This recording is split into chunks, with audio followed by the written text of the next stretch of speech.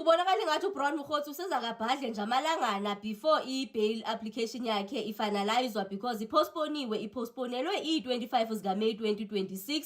Reason being kusamele kuyoverifywa imicimbi efana ne-address yakhe. I-address akayibhalisile i-address yaseMafikeng eMabathu le which is e-Northwest of which ubanjwe eGauteng. So bapheneke i-7 days leyo wanawo phofu namagama akatsho into yoba enalo ithemba loba xa sekebuya okanye sebeyiverifyile lo address leyo abasezuphinde bafune noba ukudilay umcimbi ofana ne-bail yakhe ke. So asiyazi ba iyawumzalela komuni kaloku yena as much as kuthiwa ustage la assassination yakhe kwa esasibhama kasebenzise pha kuthiwa lilahle kuthiwa siyatshisa kuthiwa ingathi khona nje apho sike sahamba khona indlela njengathi azikho right ezifaka ukudlulisa abantu apha emhlabeni nokuphansi ukudlulisa abantu apha emhlabeni. So nje iseseni endele indlela yakhe ayike noko namhlanje ibenxibe fudumelehe noko akafani nalamini leyana noko akagodoli inxibe nje ijacket yanyana nje warm I think ye-Adidas if not mistaken. Ukuhleka usahleka nje kukhona ke nalapho ke